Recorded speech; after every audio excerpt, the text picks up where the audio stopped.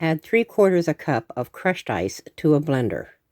Then pour in a 1/4 teaspoon of cinnamon syrup, 1/2 ounce of fresh grapefruit juice, a dash of Angostura bitters, 6 drops of Pernod, 2 teaspoons of grenadine, 1 ounce of 151 overproof Demerara rum, 1½ ounces of dark Jamaican rum, 1½ ounces of gold Puerto Rican rum, 1/2 ounce of falernum, and 3/4 ounce of fresh lime juice.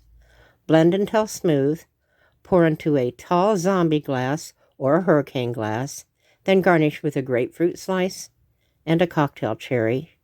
Slide in 2 biodegradable straws, and enjoy the classic zombie tiki cocktail brought to you by MartiniDiva.com.